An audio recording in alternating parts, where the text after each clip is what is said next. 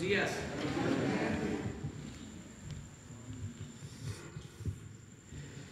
Vamos a tratar el día de hoy, como todos los martes,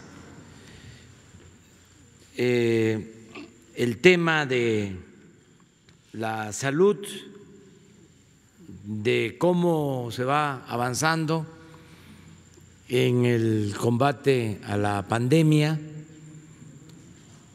Nos van a informar tanto el doctor Alcocer como el doctor Hugo López-Gatell. También va a informar Marcelo Ebrard sobre la situación de nuestros paisanos en el extranjero y los protocolos, el avance, la participación de México para la creación y distribución, obtención de la vacuna. Eso también es un tema importante. Tenemos que seguir enfrentando esta pandemia que va a la baja, muy lentamente, pero a la baja. No hemos tenido problemas mayores en cuanto a hospitalización, no ha habido saturación de hospitales, se está atendiendo diariamente esta demanda, donde se requiere todos juntos, todos los integrantes del sector salud actúan para que haya camas, para que haya equipos, para que no falten los especialistas, y vamos avanzando, saliendo adelante frente a esta emergencia, frente a esta pandemia.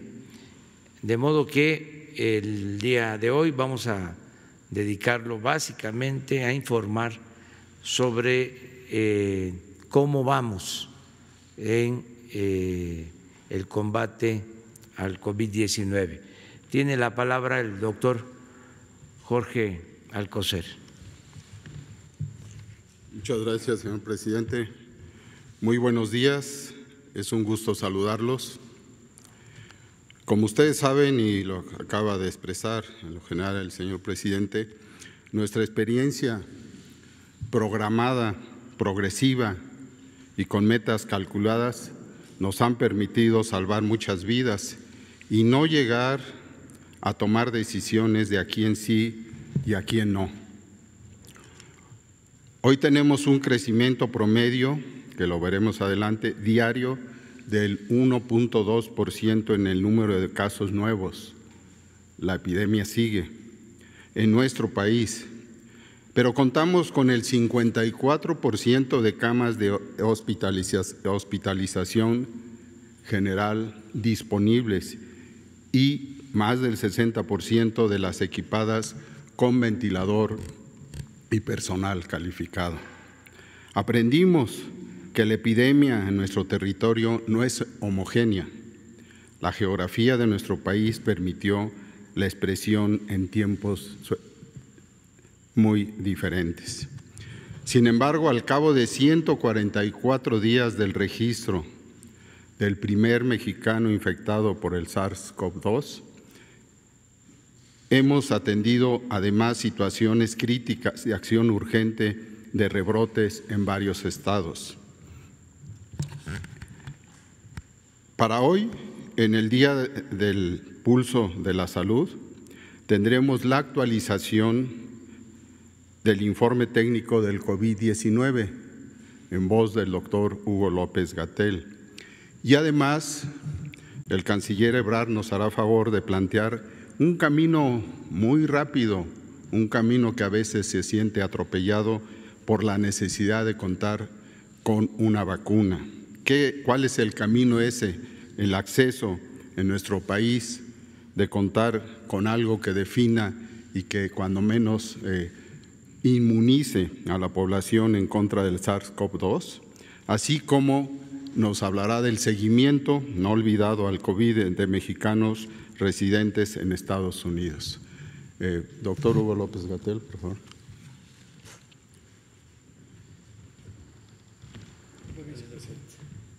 Con su permiso, presidente, secretario, canciller, muy buenos días tengan todas y todos ustedes.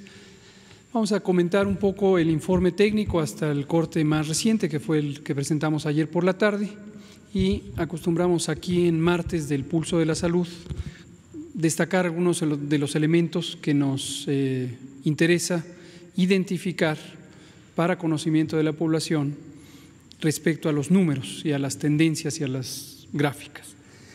Vamos a presentar la primera. Esto es para recordar que el proceso de nueva normalidad empezó cuando finalizó la Jornada Nacional de Sana Distancia, pero una vez más recordamos que eso en ningún momento ha significado que termina la epidemia y por lo tanto que terminan las acciones de prevención y control. No han terminado, no pueden terminar, nos faltan todavía varias semanas, de hecho algunos meses, para que tengamos en la mayoría de los estados y posteriormente en todos un control adecuado. En este momento tenemos ya 6 estados que tienen una tendencia sostenida a la baja y algunos que están llegando al punto de reducción muy significativa de la velocidad de aumento, pero también hay otros que siguen teniendo su crecimiento primario, su curva epidémica de inicio, y unos más que tuvieron rebrotes. Estos los hemos ido comentando de manera detallada en las sesiones informativas de las tardes, que ya llevamos 143 de estas, y nos interesa que la población vaya viendo qué es la situación que se enfrenta, cuál es la situación que enfrenta en su lugar de residencia. Y recordar también que cuando terminó la Jornada Nacional de Sana Distancia y a partir del 1 de junio empezó este nuevo proceso denominado Nueva Normalidad, en preparación a ello se establecieron distintos lineamientos que tienen que ver con la seguridad sanitaria. En particular hay un lineamiento general de seguridad sanitaria en el campo de trabajo dirigido para campos, el espacio del sector privado, y que por instrucción del presidente establecimos un grupo técnico con la confluencia de la Secretaría de Salud, la Secretaría de Economía, la Secretaría del Trabajo y el Instituto Mexicano del Seguro Social, que a través de su Dirección de Prestaciones Médicas y Sociales ha organizado el mecanismo de monitoreo del cumplimiento del protocolo de seguridad sanitaria en el trabajo y posteriormente de vigilar, como lo hace siempre, las incapacidades laborales que se relacionan con el síndrome clínico de COVID. Y esto ha sido sumamente importante porque permite identificar que las empresas privadas de cualquier tamaño, grandes, medianas, pequeñas, que cotizan al Seguro Social, hayan implantado en tiempo y forma los protocolos de seguridad sanitaria. Implantar no es nada más tener un documento escrito, es que existan los cambios que deben materializarse en el espacio de trabajo para proteger a las trabajadoras y los trabajadores. Y segundo, monitorea que a través de estas incapacidades laborales no se vaya a detectar empresa por empresa brotes. Y se ha constatado que en algunas ha existido brotes. Y esto es importante, lo recuerdo a la población y también a todos los propietarios y propietarias de empresas, grandes, medianas, pequeñas, que esta supervisión se hace también de manera indirecta a través de la salud de las trabajadoras y los trabajadores. Y esto es para también recordarle a la población que uno de los componentes fundamentales de las medidas de mitigación que diseñó el gobierno mexicano están orientados a la corresponsabilidad, donde los espacios de trabajo son quienes se deben responsabilizar de tener las condiciones apropiadas para que las trabajadoras y los trabajadores disminuyan su riesgo de contagios. Es decir, no es una responsabilidad del trabajador, de la trabajadora. Además, el trabajador y la trabajadora como personas se les recomienda, igual que a toda la ciudadanía, independientemente de su condición de empleo, atender las medidas de prevención, pero hay una responsabilidad específica en los campos de trabajo. Era un recordatorio. Vamos a pasar a los datos de hoy, con el corte de ayer por la tarde, y aquí vemos en esta gráfica que hemos estado presentando periódicamente desde la semana pasada, el resumen semanal, semana por semana, de la epidemia. Empieza en la semana 10, porque es la semana donde inició la epidemia en México, y se proyecta hasta la semana 28. En este momento estamos viviendo la semana 30 del año, la semana 30. ¿Por qué cortamos en semana 28? Porque en todos los sistemas de vigilancia epidemiológica del mundo existe una etapa de aproximadamente 2 semanas, las más recientes, en donde el flujo de información, incluidas las confirmaciones de datos por laboratorio, no se han integrado por completo, porque la fuente que emite los datos, que son más de 36,000 unidades de salud de todo el Sistema Nacional de Salud, pues tienen un tiempo de procesamiento. Y si mantuviéramos esas 2 semanas, las más recientes, nos daría una falsa impresión de que ahí se acaba la epidemia. Todas las curas epidémicas terminan en ese descenso. Entonces, hasta la semana 28, esa es la tendencia, y lo que se puede ver es que tenemos 349,396 casos confirmados, pero también 79,112 que están en condición de sospechosos. A estos sospechosos les multiplicamos por el porcentaje de positividad, es decir, cuánta es la proporción de personas que sabemos que por semana y por estado van a resultar positivas, y con esto se hace una estimación. Vamos a ver la siguiente. Aquí está la estimación, y entonces aquí lo que tenemos es en tiempo real, independientemente del proceso de confirmación, tenemos en tiempo real la epidemia. Y si consideramos este porcentaje de casos que resultarán positivos, 387,267 casos estimados hasta la semana 28, hasta el corte de la semana 28. Ahora, un dato que es muy importante y que debe ser seguido de manera periódica, nosotros lo hacemos, pero lo ponemos a la consideración de la población para que visualice estas señales de las que hablamos repetidamente de que la epidemia se está haciendo más lenta. Una muy importante es el porcentaje de casos registrados que tuvieron el inicio de sus síntomas en los últimos 14 días. Hemos comentado muchas veces que, aunque es afición de los medios de información y que llevan a la narrativa pública a ello, contar los casos acumulados desde el primer caso, en términos técnicos es una información que da una señal equívoca sobre la epidemia, porque en general 80%, 8 de cada 10 personas que han tenido COVID ya se recuperaron. No hay duda que desafortunadamente algunas personas han fallecido, 39,485 hasta el momento. Pero quien no tuvo un desenlace fatal, quien no está en este momento hospitalizado, ya se recuperó. Entonces, ir sumando los casos da una idea errónea del tamaño de la epidemia, porque la epidemia no nada más aumenta, llega un momento en donde empieza a disminuir. Y llevamos ya 3 semanas consecutivas en donde existen estas señales de disminución. Entonces, en concreto, a nivel mundial, en este momento que la epidemia está en una fase todavía expansiva y hay algunos continentes que se van incorporando a la epidemia, todavía siendo el mayoritario el continente americano, tenemos en promedio 23% de los casos, casi la cuarta parte, ocurrieron en los últimos 15 días. En México estábamos en esa condición hasta hace 3 semanas y empezamos a ver un descenso progresivo, una disminución.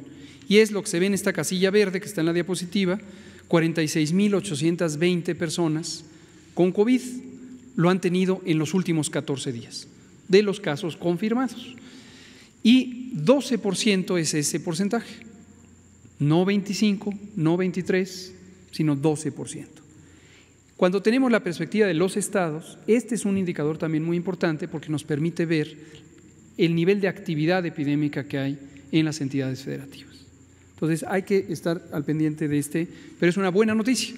Habla de este enlentecimiento, de esta reducción de la epidemia. La siguiente, por favor. El otro es este indicador que ya comentaba el secretario de Salud, mi maestro, el doctor Alcocer, y lo podemos ver de manera gráfica. Ya lo presentamos solamente una vez a la semana porque no cambia tanto del día a día, pero es la velocidad a la que crece la epidemia. Algunas personas se inquietan y se preguntan cómo es posible que nos digan que la epidemia se está reduciendo cuando el número de casos que vemos cada día es mayor. No hay ninguna contradicción al respecto. Efectivamente, los casos de ayer eran menos que los que habrá hoy, todavía.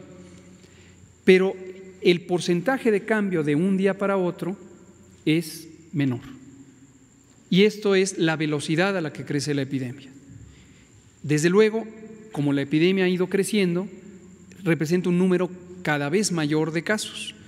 Pero el porcentaje de cambio lo que nos habla es de esa velocidad de cambio, de esa aceleración de la epidemia.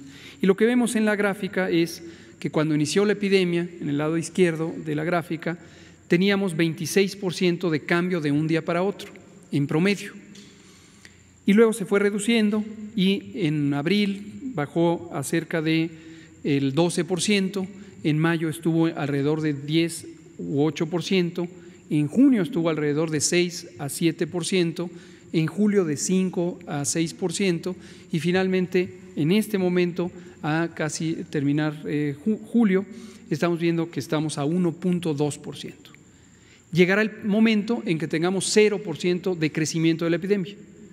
¿Esto quiere decir que se acaba la epidemia? No, no. Lo que quiere decir es que ya no hay más casos hoy que ayer.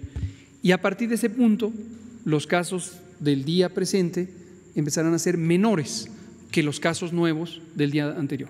Y entonces este número lo empezamos a ver en forma negativa. -1, -2, -3, -4, y ahora sí es la reducción en términos numéricos de la epidemia. La siguiente diapositiva nos muestra la misma idea, ya no la explicaré en detalle, pero para la mortalidad, para el número de muertes. Y lo que vemos es esta reducción, en este momento está creciendo a 1.3% y luego irá llegando a 0. Les recuerdo también dos cosas que es importante que siempre tengamos en mente para que no nos confunda la desinformación. Lo primero es, la vigilancia epidemiológica no pretende contar todos y cada uno de los casos. No se pretende eso. Nunca ha sido intención, ni en México ni en ningún otro país del mundo. Ningún sistema de vigilancia epidemiológica pretende contar exhaustivamente todos y cada uno de los casos. El tamaño real de la epidemia, en términos del número de casos, es muchísimo más grande de lo que cualquier sistema de vigilancia epidemiológica del mundo documenta. ¿Cuánto más? Varía de acuerdo a la estrategia de vigilancia epidemiológica, pero el tamaño real es mucho mayor. Y eso, en sentido estricto, una vez que las personas se han recuperado, esa parte solamente es una noticia positiva, porque para que las epidemias de enfermedades infecciosas cesen, se necesita tener una cantidad suficiente de personas que tuvieron la infección, que desarrollaron una respuesta inmune, no necesariamente por anticuerpos, y que ya no se pueden contagiar por lo menos en un periodo razonable para que no haya reemergencia. Y ese porcentaje, aquí lo hemos explicado un par de veces, tiene que ser cercano, para este virus, cercano al 65% de la población. Entonces estamos hablando de millones de personas. Esa es una parte positiva. Entre más personas se hayan infectado sin tener una condición grave, finalmente contribuiremos a reducir la epidemia. La parte que no es positiva definitivamente, pero la decimos con igual claridad, es que desafortunadamente hay personas que fallecen. Y en ese sentido también la vigilancia no pretende hacer una cuenta exhaustiva de todos los casos.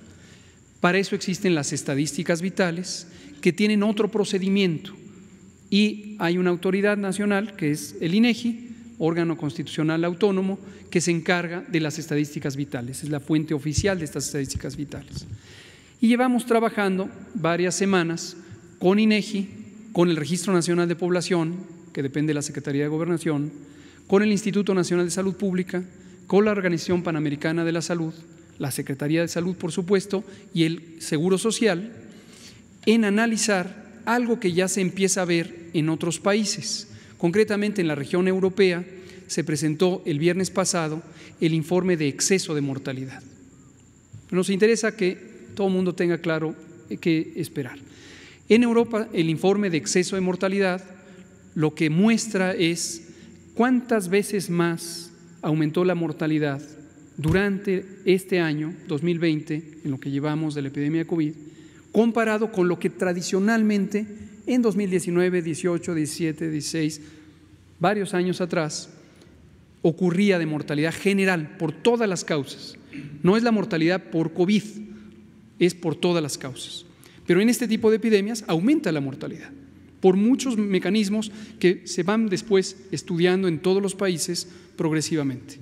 Y la Organización Mundial de la Salud ha propuesto desde otras epidemias anteriores, ocurrió en la influenza 2009, métodos estandarizados para que los países hagan este ejercicio de análisis del exceso de mortalidad y entonces se pueda comparar finalmente cuál es el impacto general en el mundo. Entonces, insisto, en Europa ya se presentó y se muestran datos importantes que revelan que podría estar causando COVID en Europa 2 a 5 veces la mortalidad convencional, la mortalidad de años previos, 2 a 5 veces.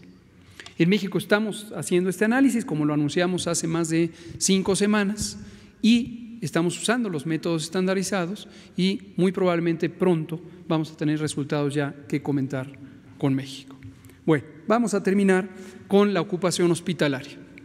En la ocupación hospitalaria, como ya decía el doctor Alcocer, tenemos ya 30.106 camas. Noten ustedes que se han ido incrementando,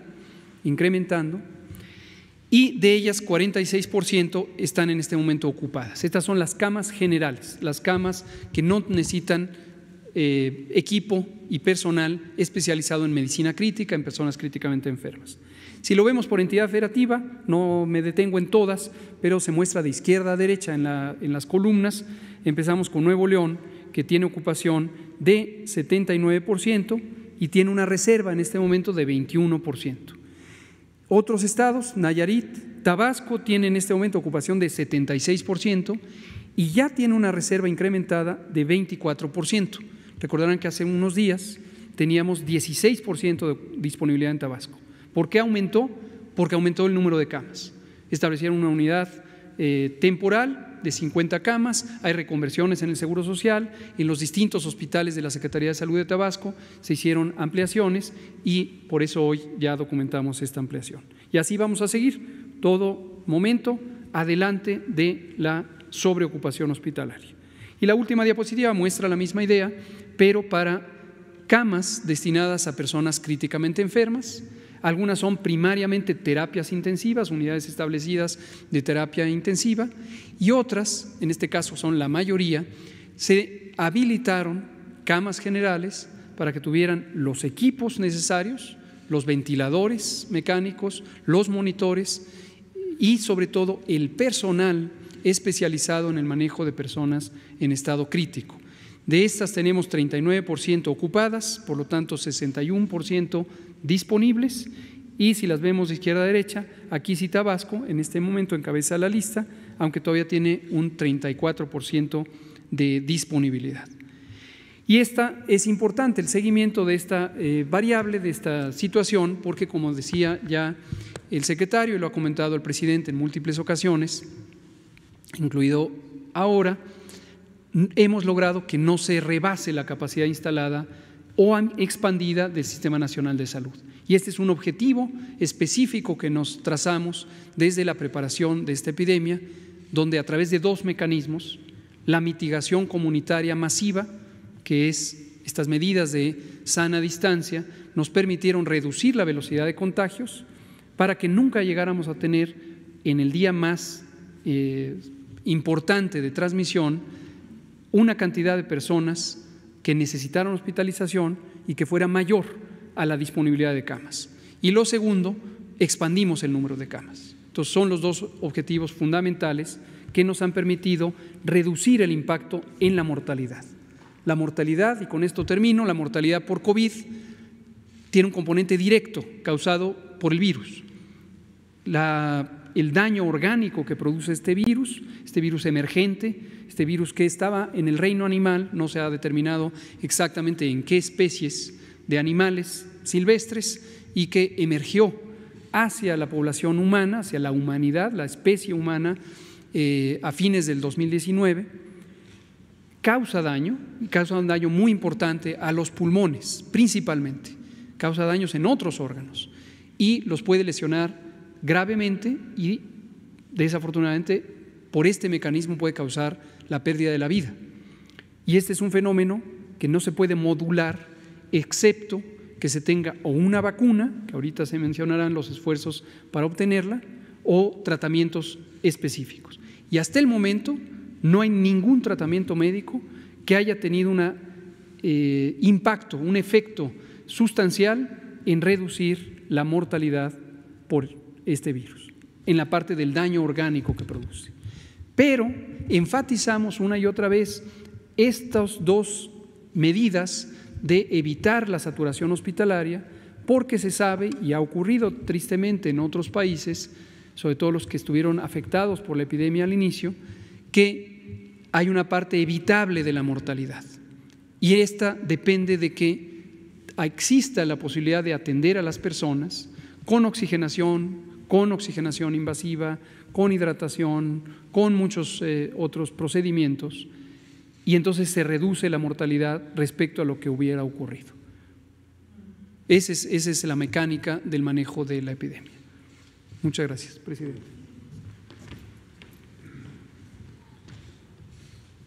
Su permiso, señor presidente.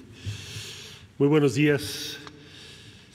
Bueno, el día de hoy les informaré de los avances que México ha logrado para tener acceso en tiempo y forma a una posible vacuna. Como ustedes recordarán, la siguiente, por favor, gracias. A iniciativa del presidente López Obrador se presentó una resolución a la Asamblea General de las Naciones Unidas que fue respaldada por 179 países y aprobada prácticamente por unanimidad. En esa resolución se menciona como un objetivo prioritario tener garantizado el acceso universal y, por lo tanto, de manera justa, a una posible vacuna. Bueno, ¿qué pasó entre esa aprobación y esta fecha? Bueno, México ha participado en la Conferencia para la Respuesta Global al Coronavirus, así como en la Cumbre Global de Vacunas. Se han hecho varios esfuerzos regionales. En este momento, la siguiente, por favor. México participa en todos los esfuerzos multilaterales para el aceleramiento del desarrollo, producción y distribución justa de la vacuna contra la COVID-19. Esto en estrecha coordinación, por supuesto, con el señor secretario de Salud y su equipo. En primer lugar está la Coalición para las Innovaciones en Preparación para Epidemias, denominada CEPI, que tuvo su origen ya hace varios años a una iniciativa de Bill Gates. Se han unido muchos fondos privados y algunos gobiernos. En segundo lugar, la Alianza Global de Vacunas e Inmunización, que por sus siglas es Gavi, que también ha tenido ese es un surgimiento ahora más reciente con el mismo propósito. Y desde luego la Organización Mundial de la Salud, que ha encabezado diversos esfuerzos con el mismo propósito. En el marco de CEPI, como ustedes saben, México participó con 4 proyectos para encontrar la vacuna contra el COVID-19. Unos de la UNAM, Instituto de Biotecnología, otros de Avimex, Instituto Mexicano de Seguro Social y la UNAM, otros de la Universidad Autónoma de Baja California y el Tecnológico de Monterrey, y otro de la Universidad Autónoma de Querétaro y el Instituto Politécnico Nacional. Al mismo tiempo se tiene acceso a todos los protocolos de la CEPI, que nos permite esto saber en qué estado se encuentra cada uno de los proyectos en el mundo respecto a las vacunas. La siguiente. Muy bien. Entonces, Gavi, CEPI y la Organización Mundial de la Salud han creado la plataforma en conjunto que se denomina Acceso Global para la Vacuna contra el COVID-19, COVAX. Su objetivo primordial es distribuir al menos 2.000 millones de dosis de la vacuna contra el COVID-19 para finales de 2021 en caso de que los protocolos tengan éxito y que no haya dudas sobre la seguridad de las vacunas, obviamente. El objetivo es que se distribuyan las dosis de forma equitativa entre 77 países que lo componen, entre ellos México, sin importar su capacidad de pago. Busca integrar un fondo multilateral para promover el acceso universal y equitativo de una vacuna segura y efectiva a través de compras consolidadas por adelantado. Bueno, en este momento estamos entrando en la fase en la que ya habrá que tomar decisiones porque los protocolos y los resultados de ellos apuntan a que sí se podría contar con alguna vacuna este año. Entonces, bueno, ya me dijo el doctor Alcocer y tiene razón de que hay que ya tomar algunas determinaciones en las próximas semanas. Estaremos informando sobre ello en función de la evaluación de cada una de esas vacunas y sus protocolos. En esto, ¿qué les puedo decir? Sintetizo. México va a llegar a tiempo, va a estar, ya está en el esfuerzo por la vacuna. Eso es vital para nuestro país. El segundo capítulo que está a cargo de la Secretaría tiene que ver con apoyar la repatriación de mexicanas y mexicanos en el exterior. Como es lógico, el ritmo de la repatriación se ha ido reduciendo por el tiempo que ha transcurrido, pero a esta fecha hemos logrado apoyar la repatriación de 16.322 mexicanas y mexicanos que ustedes ven en ese mapa de provenientes de qué países, de qué regiones. Destaca, por supuesto, América Latina en primer lugar, con 9.909.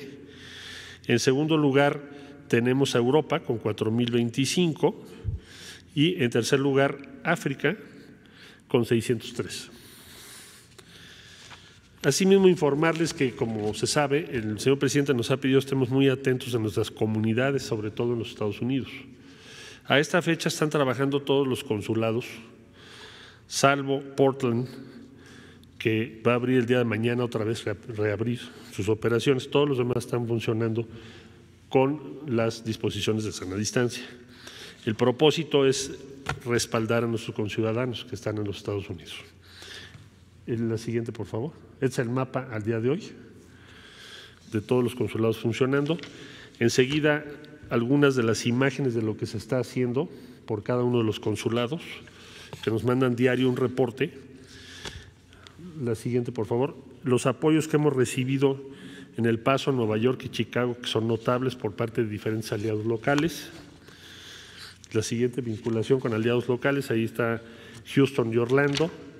La siguiente es la ventanilla de la salud, que trabajamos junto con la Secretaría de Salud. Es un programa previo a esta pandemia, pero ha sido muy útil. A esta fecha, pues ya casi vamos a llegar a 2 millones de beneficiarios o de personas que nos han llamado, que han establecido contacto.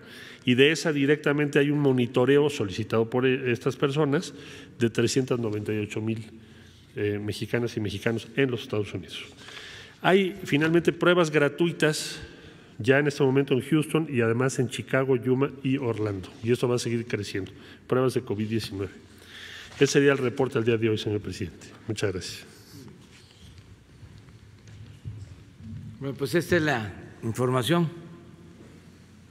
Después.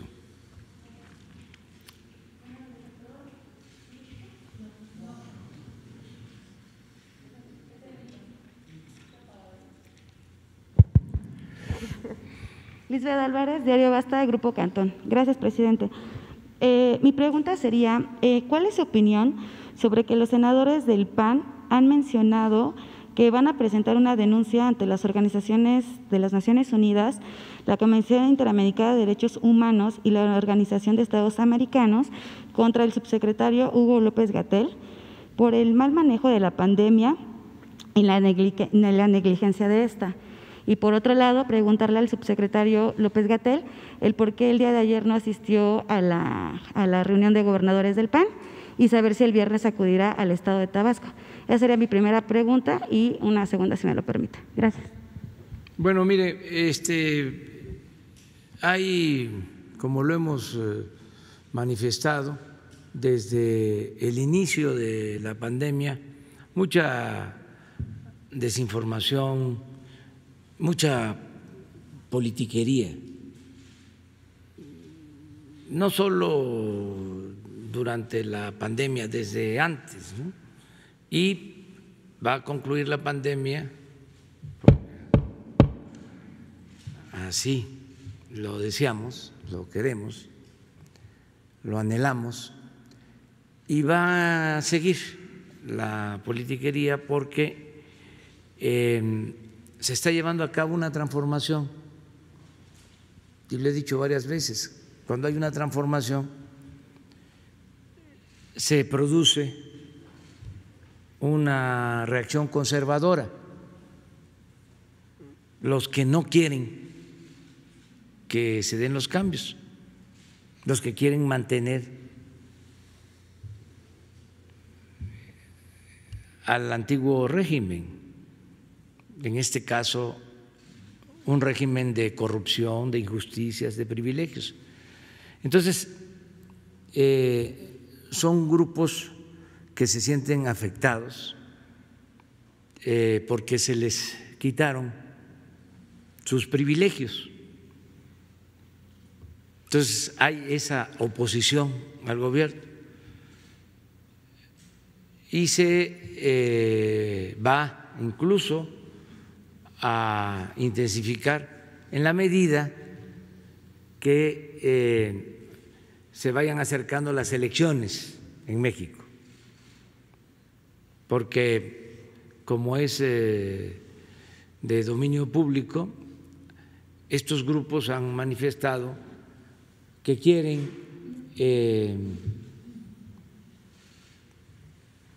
tener mayoría en el Congreso, incluso están convocando a unirse todos en contra de nosotros o de lo que representamos.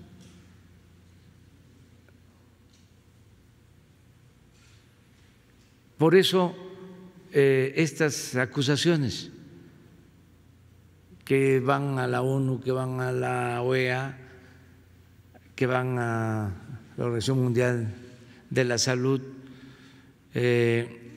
a todos los organismos internacionales, hacer acusaciones, pero no es más que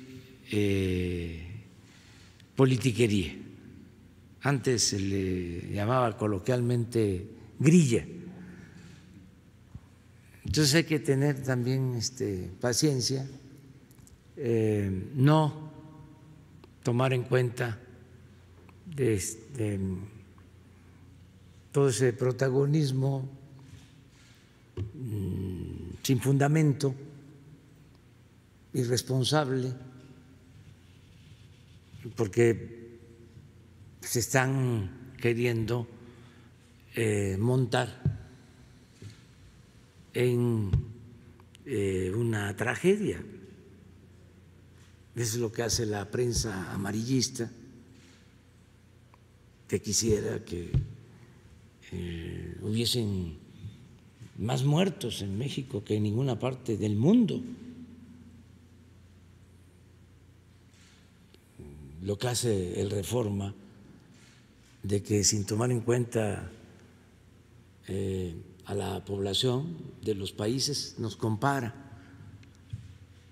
y nos pone como entre los países con más fallecimientos.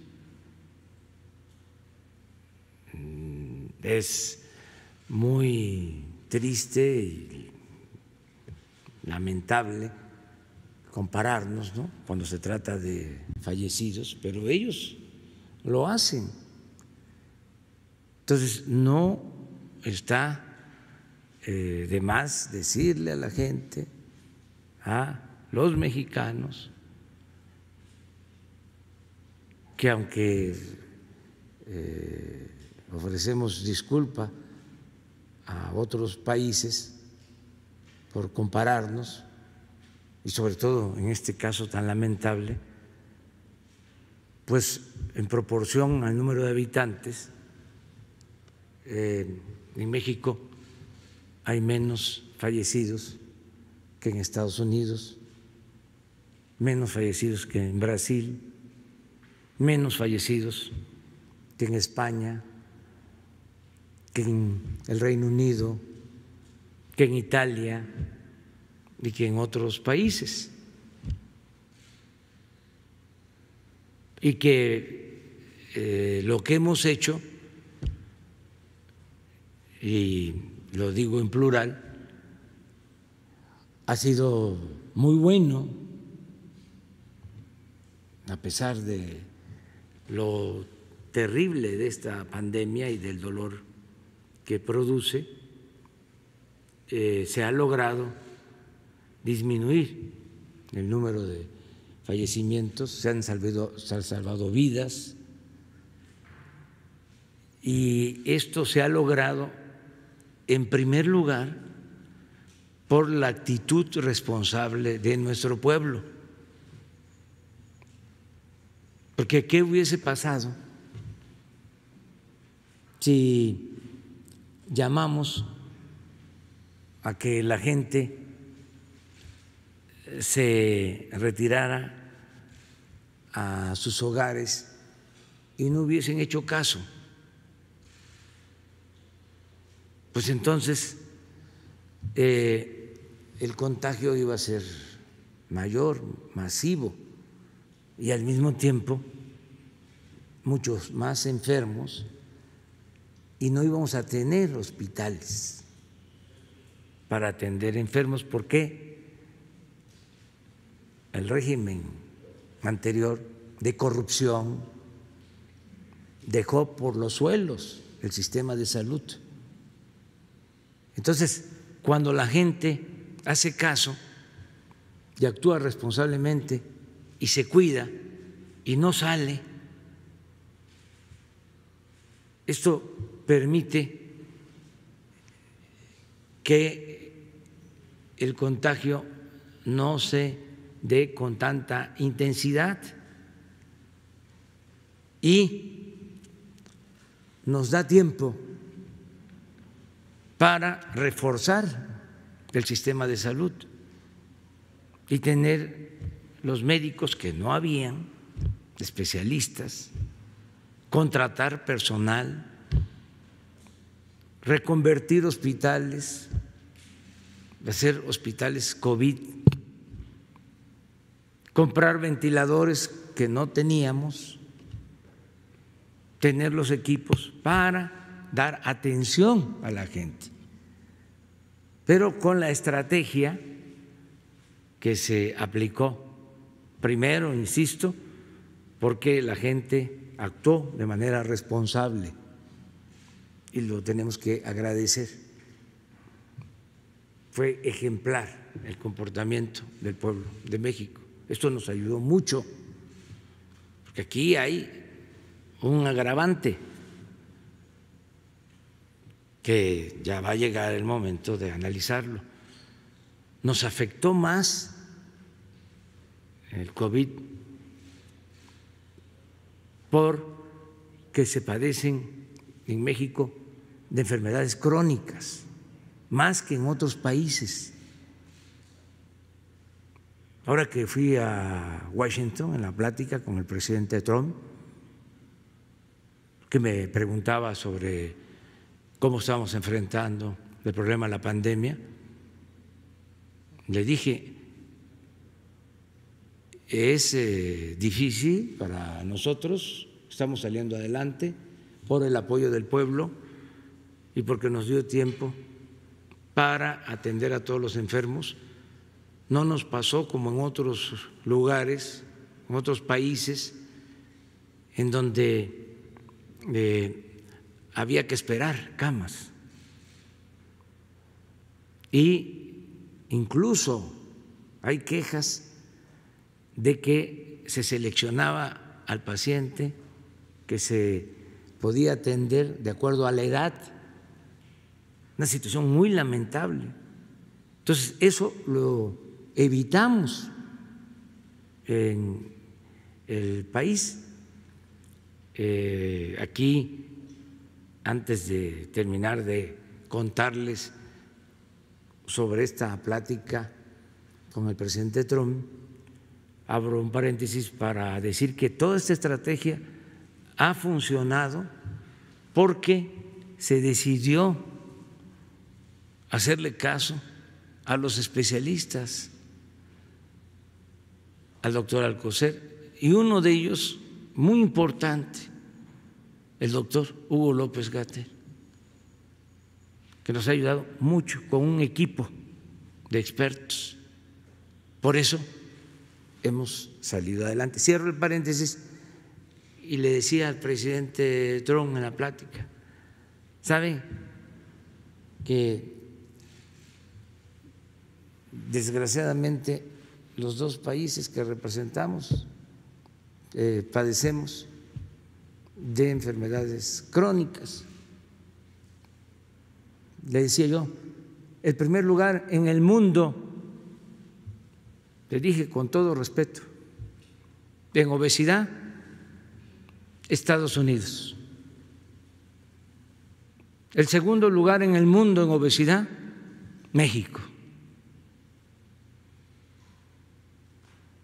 Entonces, el que con esas enfermedades, padecimientos crónicos estemos saliendo adelante no es poca cosa, porque un porcentaje elevado de fallecimientos desgraciadamente tienen que ver con enfermos hipertensos, con diabetes, con enfermedades renales, con obesidad. Nos tenemos que preparar. Bueno, ¿y por qué tenemos esos niveles de enfermedades crónicas tan elevados? Porque era el reino del neoliberalismo, era crecer como fuera, sin importar la salud de la gente, sin importar nada, hacer dinero, sin importar la salud del pueblo. Eso lo vamos a atender, ya no va a ser lo mismo. Vamos a regresar, como se ha dicho, a una nueva normalidad, una nueva realidad. Vamos a atender esas causas que nunca se atendieron. Yo estoy esperando que los que apoyaban el modelo neoliberal de corrupción, de injusticias, de privilegios, ofrezcan una disculpa pública, que con honestidad digan los intelectuales que apuntalaron este régimen corrupto, que digan, nos equivocamos, hicimos mal en apoyar este régimen despiadado de protección a minorías, rapaces, y de desamparo a la mayoría del pueblo de México. Una de esas, en un arranque de lucidez y de honestidad,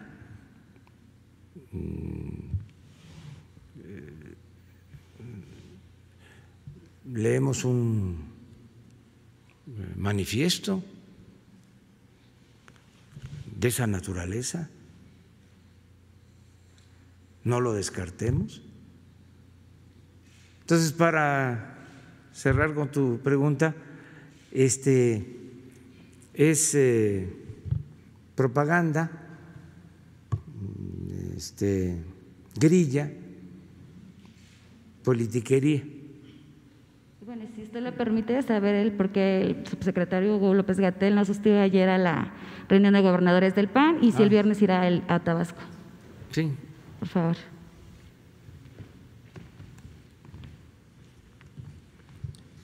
Con gusto. Las expresiones públicas sobre esta cancelación también están sobredimensionadas. Creo que se relacionan con lo que ya explicó con detalle el presidente. No hay nada inusual. Los gobernadores de este grupo del Partido Acción Nacional han estado trabajando en sí mismos como un grupo un poco aparte de los demás gobiernos estatales en sus ámbitos de actividad política, siempre respetable, pero en la materia técnica pareciera como que fuera del consenso de la Conferencia Nacional de Gobernadores, que representa a los 32 mandatarias y mandatarios estatales, ellos tenían la intención de tener un trato específico por ellos autoidentificarse en un grupo de acuerdo a el partido en que militan. Sin embargo, tenemos un grupo de trabajo que convoca semanalmente, conjuntamente la Secretaría de Gobernación con la Secretaría de Salud, las personas titulares, la doctora Olga Sánchez Cordero, el doctor Alcocer, y en consenso con la Conferencia Nacional de Gobernadores. Esto lo hemos platicado aquí muchas veces, en la tarde también, y revisamos distintos temas de interés nacional. Originalmente era principalmente COVID, cuando empezamos a sesionar semanalmente, hace más de 8 semanas o 7 semanas, era COVID y uno de los elementos de especial interés era el semáforo de riesgo COVID. Ahora se han incorporado otros temas, la secretaria de Economía, Graciela Márquez Colín, está dando avances sobre el tema del TEMEC y las implicaciones positivas, muy positivas que tiene para nuestro país, y entonces se tratan distintos temas. La postura del Gobierno de México es un trato, desde luego, respetuoso, equilibrado e igualitario a las 32 entidades federativas, independientemente de quién es el mandatario o mandataria y cuál es el partido político que representa. Entonces, insisto, la semana pasada, que tuvimos en jueves esta conferencia, como la tenemos todas las semanas o casi todas las semanas, la CONAGO, a través de el titular de la Comisión de Salud, que es el gobernador Mauricio Vila de Yucatán, planteó que sería bueno tener una reunión más detallada sobre el tema del semáforo, básicamente para dar oportunidad a que las y los mandatarios estatales tengan los elementos técnicos de mayor detalle que les permitan un reconocimiento más claro de cuál es la metodología técnica y científica de este semáforo. Nos pareció excelente, pero en eso se interpuso esta solicitud de una reunión específica para los gobernadores de este grupo que se autoidentifican pues por su visión partidista, ¿no? No hay nada perdido. Efectivamente, ayer no se concretó la reunión, pero este miércoles vamos a retomar la conversación con CONAGO, este jueves vamos a tener la reunión con CONAGO y seguiremos nosotros en el tema de salud con un trato igualitario y además un enfoque técnico de la materia de salud. Muchas gracias.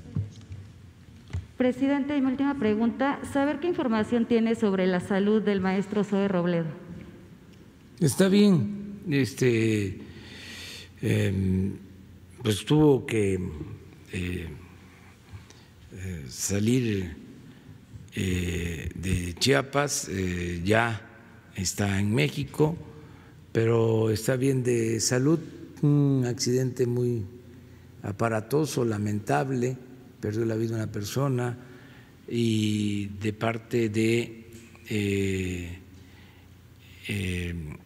Zoe, que venía con otros acompañantes, también hubieron heridos, pero ya estuvo incluso hoy en la mañana en la reunión, está mal de la muñeca, pero no está mal estado de salud y pues fue muy lamentable porque perdió la vida una persona en este accidente. También nuestro pésame, ¿sí?, a la familia de esta persona que perdió la vida. Presidente, como última pregunta, nada más saber su opinión sobre que se está proponiendo que el 1 de julio sea el día de la Cuarta Transformación. ¿Cómo? ¿Cuál es su opinión sobre que se está proponiendo que el 1 de julio sea como el día de la Cuarta Transformación? Pues no quiero opinar sobre eso, ¿no? Yo sí tengo parte del 1 de julio, tengo fijo o muy pendiente el día 1 de diciembre, que vamos a cumplir 2 años, y yo aseguré que para el 1 de diciembre ya van a estar sentadas las bases de la transformación de México, que ya voy a poder decir que se está consolidando la transformación. Creo que para el 1 de julio ya los cambios en el marco legal, los programas que se están implementando y sobre todo los hábitos que ya se están creando van a estar lo suficientemente consolidados. Cambios legales, programas y hábitos nuevos, hábitos democráticos más afianzados para el día 1 de diciembre, que vamos a cumplir 2 años. Ya voy a estar más satisfecho del trabajo realizado. Vamos con Isabel.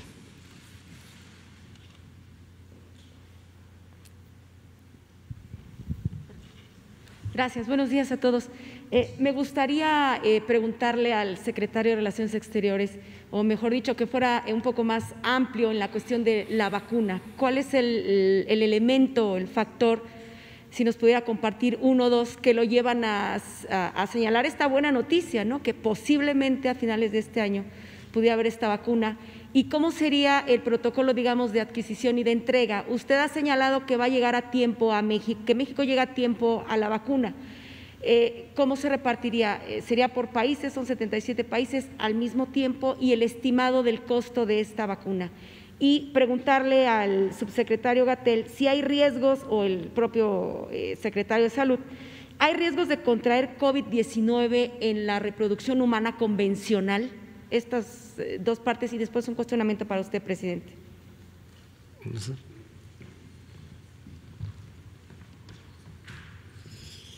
Bueno, el costo a estas alturas sería muy difícil estimarlo, eso no lo sabemos aún, sería muy pronto para decirlo. El método que se está tratando de organizar, o se está organizando, es que haya un proceso de compras consolidadas por adelantado. Para eso hay que decidir y tener acceso a la información de los resultados de las denominadas fase 3, que es parte del protocolo de cada una de las vacunas. ¿Qué tenemos nosotros ahorita? El seguimiento, junto con la Secretaría de Salud, de lo que cada uno de los protocolos está avanzando.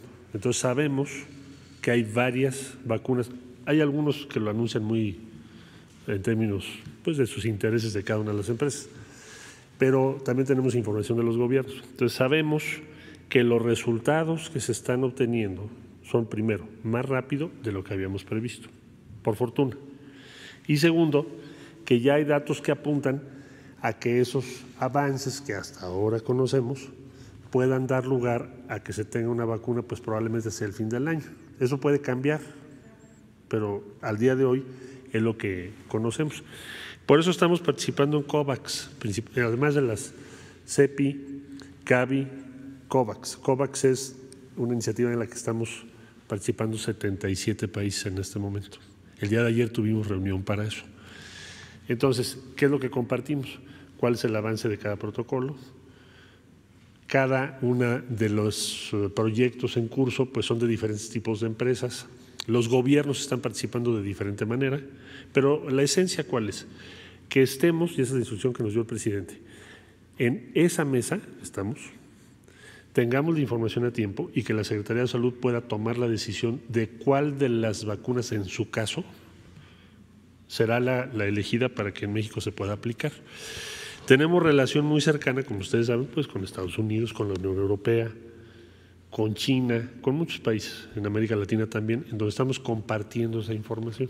Entonces lo vamos a estar informando permanentemente. Lo importante es estar ahí, estar a tiempo, tener la información y tomar las decisiones correctas. Ya la naturaleza misma de cada decisión es una decisión técnica. Ya le corresponderá a la Secretaría de Salud decir, en este protocolo vamos a estar interesados, en este no. Hay que apresurar entonces, por ejemplo, la compra consolidada para tener un mejor número en la repartición de las vacunas. Claro, estamos participando porque estos 77 países lo que queremos es que en lugar de que sea que cada quien se vea en el libre mercado al precio que sea, que ya te imaginarás las distorsiones que puede tener, en lugar de eso, que seamos el conjunto de los países con apoyo de diversas instituciones, entre otras la Organización Mundial de la Salud, la Organización Panamericana de la Salud, que podamos tener acceso en tiempo y forma, a esa vacuna con un precio razonable. Y eso es, creo yo, lo valioso, eso es lo que México propuso en la ONU. Por eso estamos ahí participando. Y ya nada más la puntualización. Esta vacuna que se está analizando de la compra, ¿tiene que ver con las que anunciaron Pfizer, Seneca y Sí, claro, CanSino? hay varias. Hay varias, Pfizer pero sí es una están de ellas, otra es AstraZeneca, otra es Moderna, otras están los chinos, en fin, hay muy distintas. Sanofi, CureVac, hay diferentes esfuerzos. Todo lo que hacemos en la CEPI es revisar cuál es el grado de avance de cada una de ellas. Y son esas que ya se han publicitado y otras que no se han publicitado tanto. ¿Cómo cuántos son? Estamos siguiendo 9 protocolos ahorita. 9. Y a más tardar, ¿cuándo se concretaría la Cada consolidada? semana vamos informando. No se puede fijar una Todavía fecha. no. Ok. Cada uno va informando su avance. Gracias. ¿El doctor Gatell? A ver, doctor Gatell.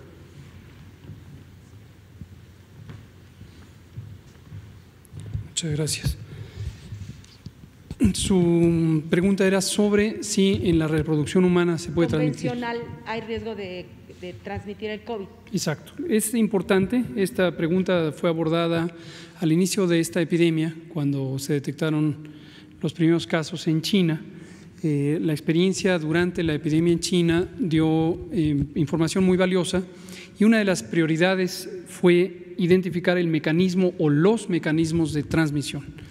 Se buscaron en distintos estudios con distinta intensidad otras vías convencionales de transmisión. Por secreciones respiratorias se verificó que es el mecanismo de transmisión. Se buscó si se podía transmitir por agua y alimentos y se descartó. Si podía haber animales que fueran reservorios y que transmitieran, se descartó. Si hubiera vectores, insectos como mosquitos, y no se encontró evidencia de ello. Si se transmitiera por sangre y no hay una evidencia sustancial de que este sea un mecanismo de transmisión relevante, y por relaciones sexuales, y no se encontró hasta el momento evidencia sustantiva.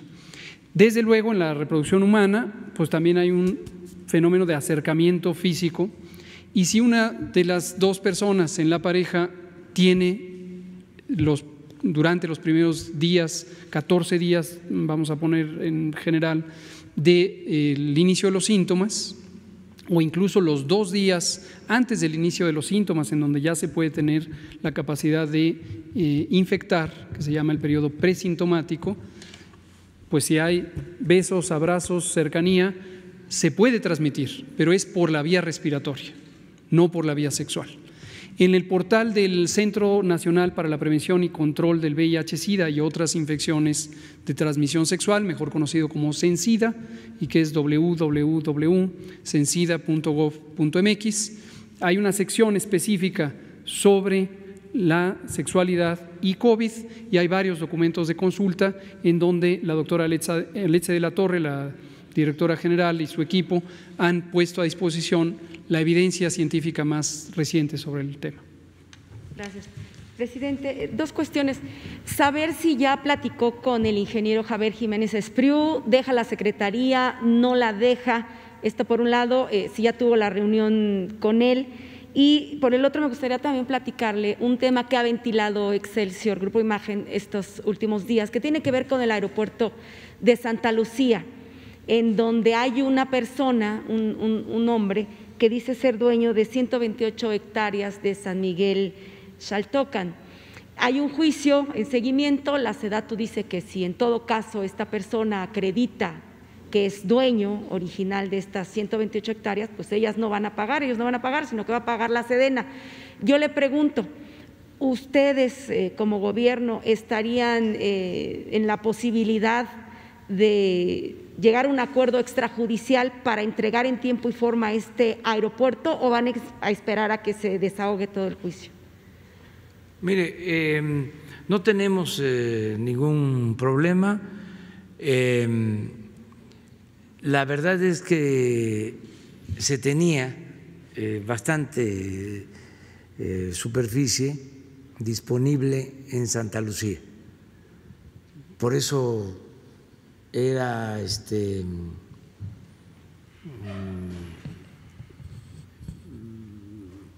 increíble, pues, que no se dieran cuenta durante mucho tiempo de que existía la opción de hacer el aeropuerto en Santa Lucía, porque estamos hablando de cerca de 3,000 hectáreas en la base aérea de Santa Lucía. Para que tengan una idea, el actual aeropuerto de la Ciudad de México tiene 650 hectáreas y en Santa Lucía casi 3,000 hectáreas. Por eso no hay problema para poder construir las pistas y hacer todas las obras necesarias. Además, se adquirieron como 1,500 hectáreas adicionales. O sea, hay superficie suficiente en Santa Lucía. Si existe este caso, ya se ha dicho, tanto por SEDATU como por la Secretaría de la Defensa, que se tiene que pagar la tierra a esta persona una vez que acredite que tiene las escrituras o los documentos de propiedad, pero no hay ningún problema, no hay nada que impida seguir avanzando. Vamos muy bien. Un día de estos vamos a presentar el informe. Algunos pensaban que no íbamos a cumplir con el compromiso, que no íbamos a poder terminar a tiempo, pero todo indica que vamos a inaugurar este nuevo aeropuerto el 21 de marzo del 2022 y es un aeropuerto moderno, de lo mejor del mundo. Lo que se está haciendo es una gran obra, no para. Los ingenieros militares están actuando de manera profesional, responsable. Es un ejemplo, porque además nos vamos a ahorrar solo en construcción del aeropuerto 225,000 millones de pesos, porque el aeropuerto de Texcoco estaba estimado en 300,000 millones y el de Santa Lucía va a costar 75,000 millones. Entonces, es un ejemplo de cómo, si se maneja el presupuesto con honradez, rinde y se hace más con menos. Es un símbolo, independientemente de otros factores, solo el costo de la obra. Entonces vamos adelante y estamos en la mejor disposición de atender esta petición, esta demanda del propietario. ¿Lo han buscado personalmente para llegar a un acuerdo? No tengo información precisa, pero creo que sí. Y si usted? no lo han buscado, se le va a buscar. ¿Le pediría que acudiera con usted, por ejemplo? Yo creo que ¿O con Sedena? Más a el ingeniero Vallejo, al general Vallejo, el encargado de la obra, que lo busque de mi parte. Porque seguramente se va a enterar que estamos tratando este tema. Jiménez Espriu. Que no hace falta hacer oficios ya.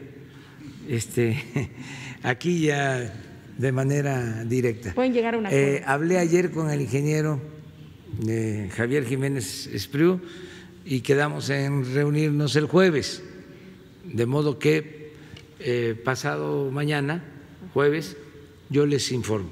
¿Usted quiere que o se el quede? viernes. ¿Usted quiere que mañana. se quede en la Secretaría, Jiménez Espriu? Estamos platicando y en unos días más vamos a decidir. Pero sí está de por medio la renuncia.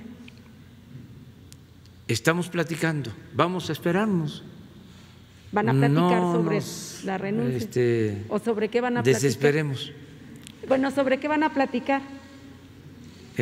¿Sobre qué va a platicar con Jiménez Espriu? Pues todo lo que tiene que ver con la Secretaría. Muchas ¿Sobre Santa cosas. Lucía, por ejemplo? O sea, ¿usted le dice que se quede o que tome su decisión? Estamos platicando. Es Estamos libre. platicando. Él es un agente de bien, de un hombre íntegro al que yo respeto mucho y estamos conversando. Lo hicimos ayer y vamos a volver a reunirnos el jueves, de modo que ya en poco tiempo se sabrá. Además, ustedes tienen muchas notas, o sea hay tantas cosas ahora, tantas notas. Gracias. Pues, ¿cómo es que se dice? ¿Y dónde está la nota? Y sí, la nota es la nota.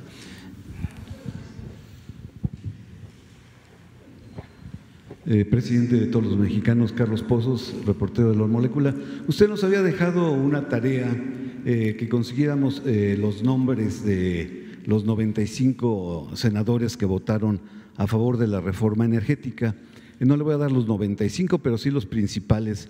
Le quiero decir que a favor de la reforma energética del Partido Revolucionario Institucional votaron David Penchina, que era el presidente de la Comisión de Energía, Carlos Romero de Champs, Omar Fayad Meneses, Héctor Yunes Landa, Claudia Artemisa Parlovich, Emilio Gamboa Patrón, Humberto Domingo Mayans, Enrique Burgos, Félix Arturo González Canto, Manuel Cavazos Lerma, Roberto Armando Albores, René Juárez Cisneros, José Francisco Yunes Zorrilla, Manuel Humberto Cota Jiménez.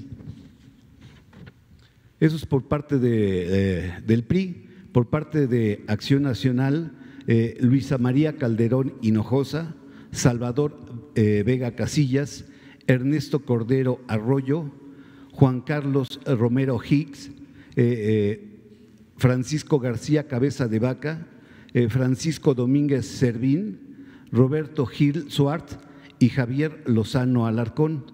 Y por parte del Partido Verde Ecologista, Ninfa Salinas Sada, Jorge Emilio González Martínez, Pablo Escudero Morales, y también habla mucho de quienes votaron en contra.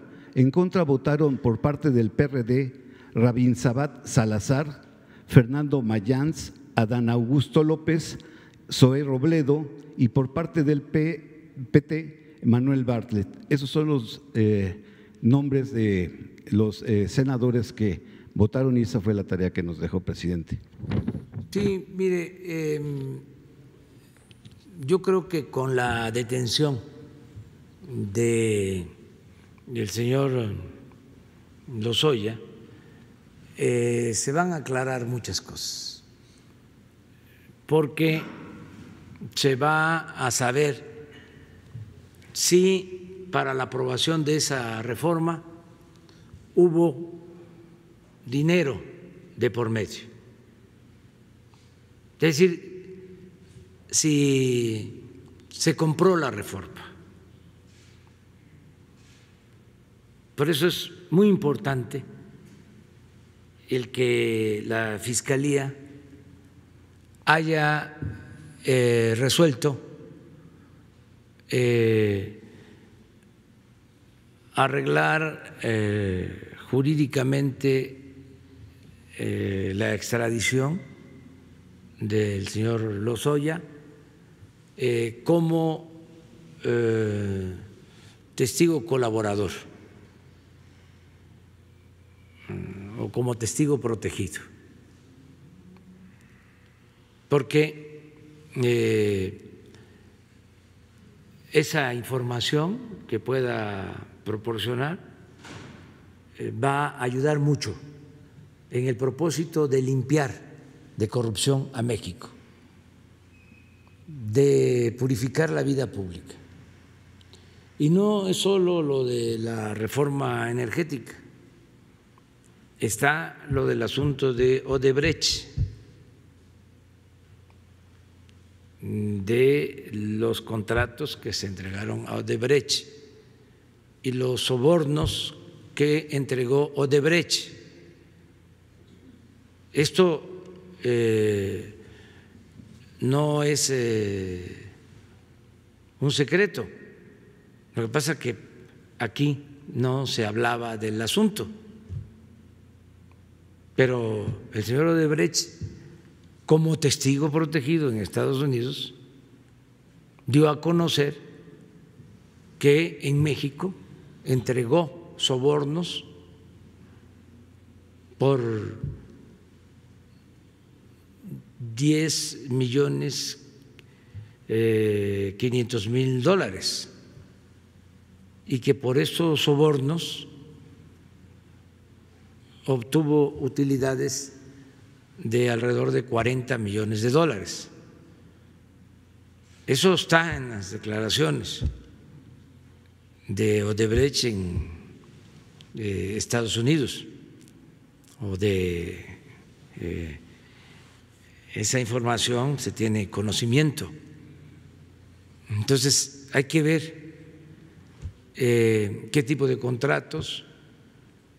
Se habla de una planta de etileno en Coatzacoalcos que se contrató y Pemex entregó gas, se comprometió a entregar gas para la planta, dejando sin gas a las plantas de Pemex.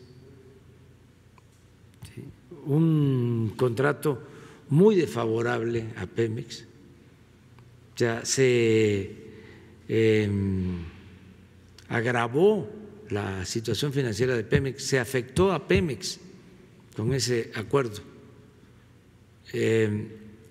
Y además, la planta se financió con créditos de la Banca de Desarrollo de México. Entonces, sí, es un asunto relevante.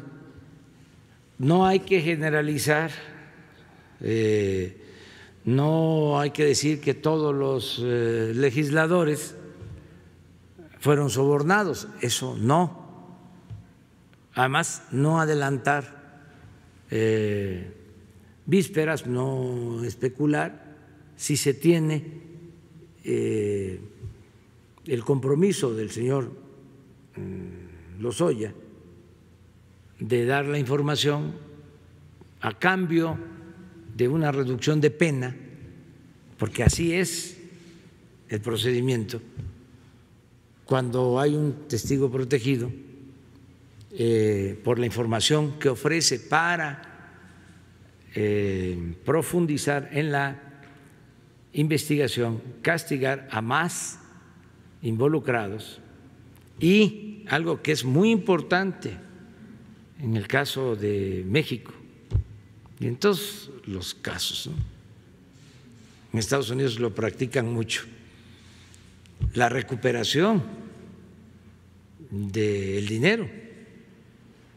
Sí. Nosotros queremos recuperar dinero. Por ejemplo, si hubo un sobreprecio en la planta de fertilizante, se calcula que fue un sobreprecio de $200 millones. Eso tiene que devolverse al erario. Por eso yo no veo mal el procedimiento que no se aplicaba en México, aunque existe. Creo que se aplicaba en el caso de delincuentes vinculados con el narcotráfico, pero no a delincuentes de cuello blanco. Ya ven que había la diferencia, ¿no? No se tocaba la delincuencia de cuello blanco, eran como los hijos predilectos del régimen, y sí, y no a todos, los delincuentes comunes. Ahora es parejo. Entonces sí va a ser muy interesante lo que informe el señor Lozoya. Mi primera pregunta, señor presidente, ¿qué va a pasar con el círculo de Emilio Lozoya? Le hablo de los nombres de Froilán García Galicia, de Víctor Díaz Solís, de Alejandro Martínez Ibájar, de Miguel Tame, de Leonardo Cornejo, de Carlos Roa Rodríguez y de Rodrigo Arteaga Santoyo. El señor Lozoya pues no actuaba solo, necesitaba de estas personas que al parecer pues ya también están en investigación. ¿Qué va a pasar con ellos? Y con esto, presidente, la refinería Dos Bocas se va a ver afectada, le digo, porque también el director de PTI, el ingeniero, déjeme ver, el ingeniero Leonardo Cornejo, pues tuvo que ver también con algunas adjudicaciones en el caso de Odebrecht, y usted dijo en enero que pues no se iba a contratar a nadie que tuviera algún duda de su proceder. ¿Qué va a pasar con Dos Bocas? ¿Se va a afectar por caso Lozoya? No, es una obra que va avanzando muy bien de acuerdo al programa. Hay 4 o 5 empresas grandes que están construyendo esta refinería. Si un servidor público de Pemex está involucrado en este asunto y se demuestra de que es culpable, porque no se puede juzgar a nadie a priori, no puede haber juicios sumarios, si en el proceso legal es responsable, pues se le suprime el cargo y se pone a disposición de la autoridad competente para ser juzgado y lo sustituye otra persona y la obra no se detiene para nada. Afortunadamente hay muchos buenos ingenieros en Pemex. Estamos rescatando a Pemex por los trabajadores de Pemex que están ayudando, los ingenieros de Pemex. Lo mismo en el caso de la Comisión Federal de Electricidad, se está rescatando porque las dos empresas quedaron en bancarrota, las querían desaparecer en el periodo neoliberal, tanto a Pemex como a la Comisión Federal de Electricidad. Y los trabajadores de la Comisión Federal de Electricidad están ayudando, contentos, porque estamos rescatando a Pemex, rescatando a la Comisión Federal de Electricidad. Estaban tomadas las empresas, se había privatizado todo.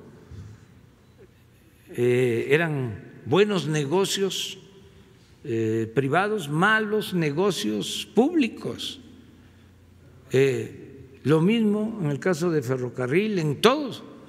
O sea,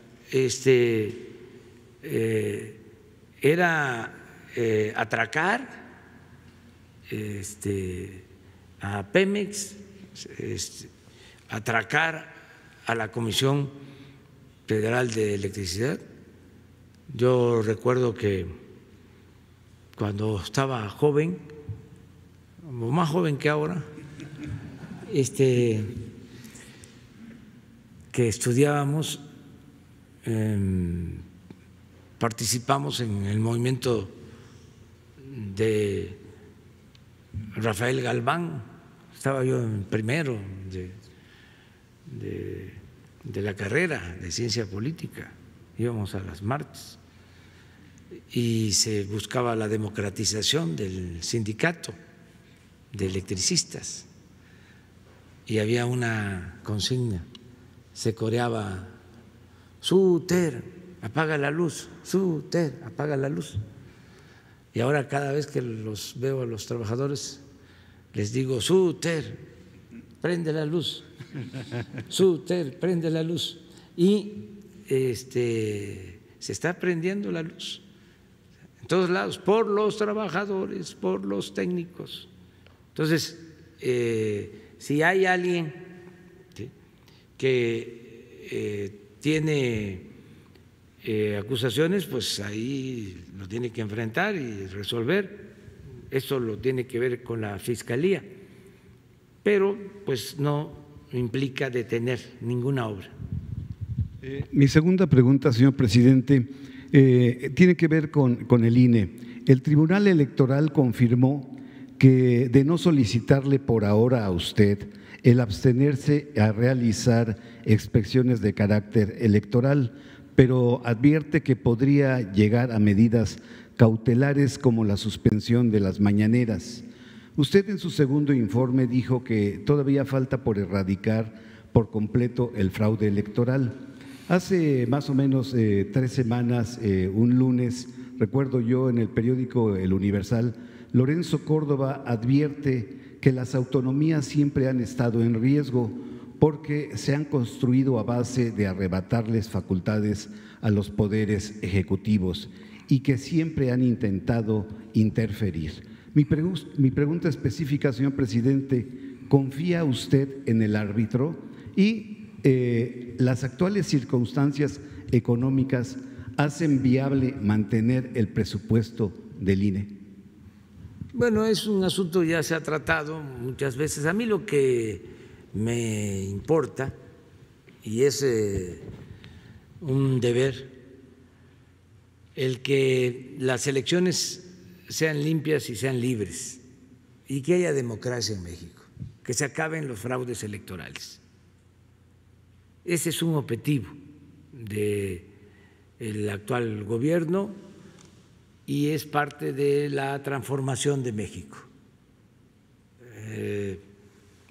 Decir nunca más un fraude electoral porque no se nos debe olvidar, a lo mejor los jóvenes o más jóvenes que nosotros no recuerdan lo que significó el fraude del 88. O sea, porque a lo mejor, pues sí, algunos no habían nacido, los jóvenes, ¿no?, que nacieron después del 88, que ahora pues tienen menos de 30 años, o sea, alrededor de 30 años. Sí, pero hubo un fraude. ¿Sí? Y no saben a lo mejor que un diputado subió a la tribuna, no sé si diputado o senador, porque se tenían los paquetes electorales, ¿sí?, y la oposición, no solo el Movimiento Democrático encabezado por el ingeniero Cárdenas, sino también en aquel entonces Maquío, doña Rosario, Ibarra, pedían que se abrieran los paquetes electorales. Y este diputado o senador, ya no recuerdo qué era, subió a la tribuna de un partido supuestamente opositor, porque todo era una farsa, un partido palero, pues. A lo mejor los jóvenes no saben por qué se les llamaba partido palero, pero todo esto es interesante, no olvidar.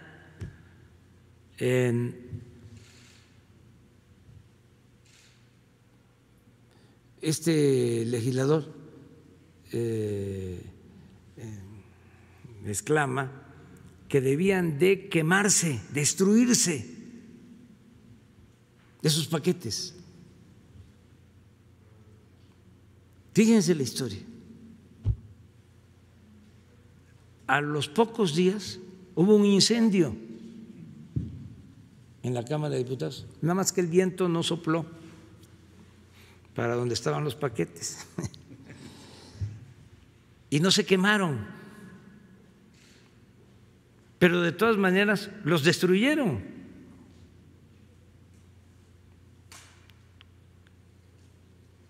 Cuando la elección del 2006, lo mismo, hubo primero una demanda de que se abrieran los paquetes, voto por voto, casilla por casilla, voto por voto, casilla por casilla. Pues no.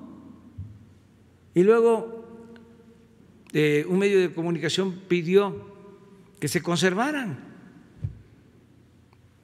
para el análisis, para el estudio. No, se destruyeron. Se destruyó toda la papelería electoral. Entonces, ¿cómo olvidarnos de eso?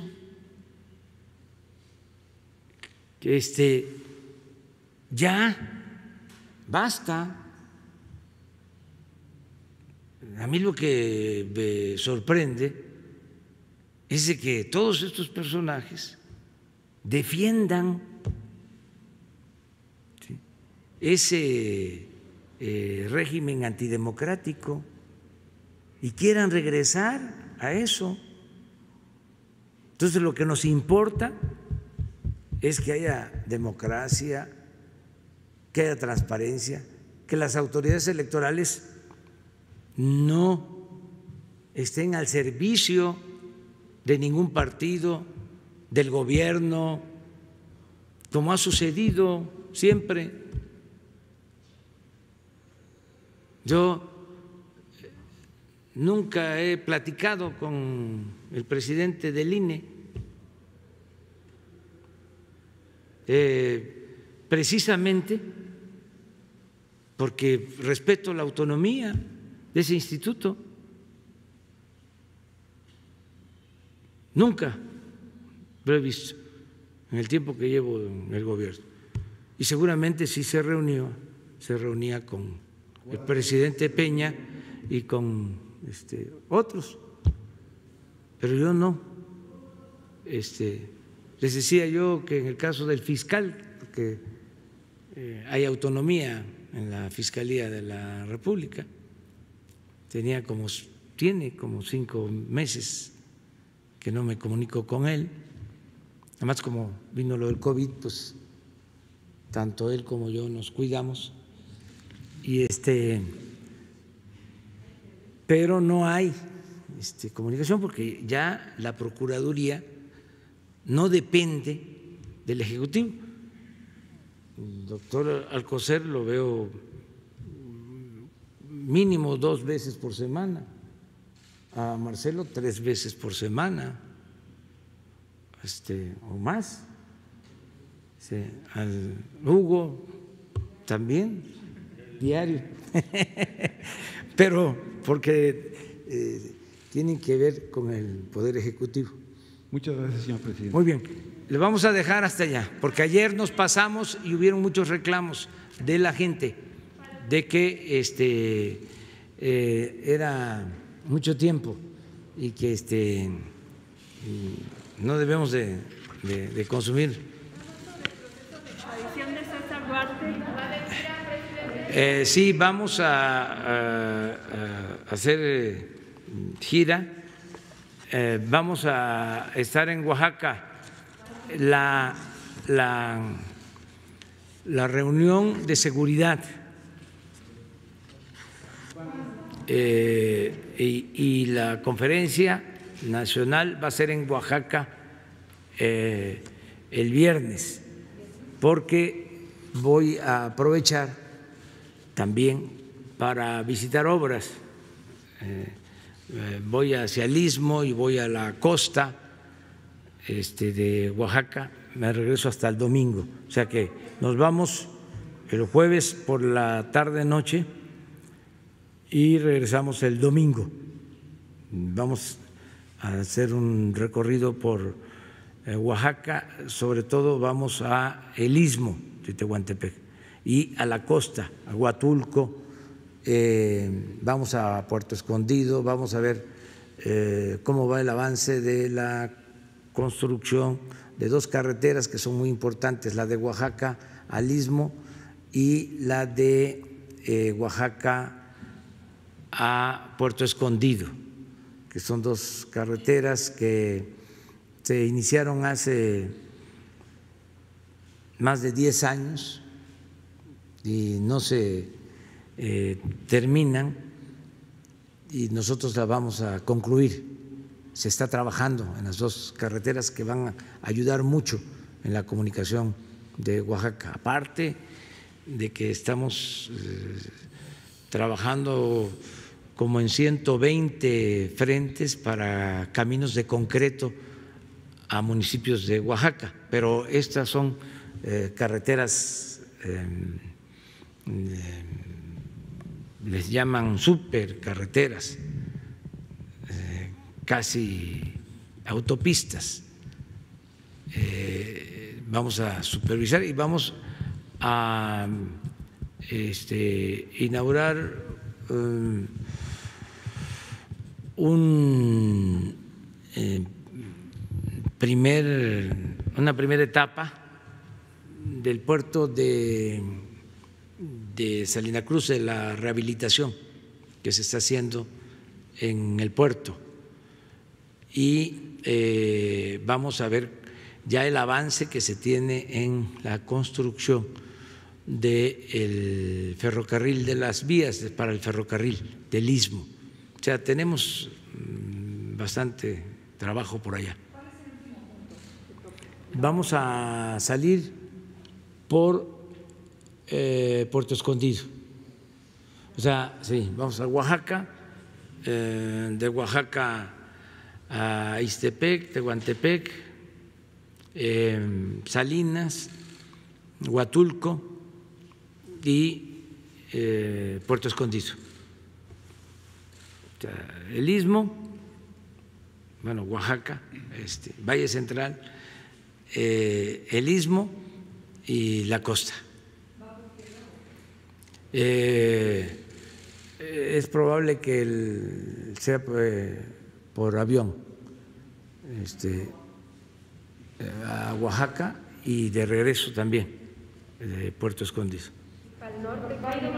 Y voy después al norte, tengo pendiente ya una gira necesito ir, voy a Nayarit, sí, voy a Sinaloa y voy a ir a Cajeme, y voy a Baja Sur también, voy a Los Cabos, después de esta, ya.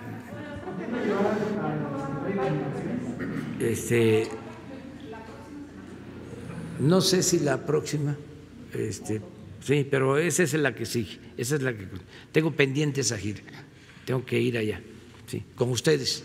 Bueno, nos vemos.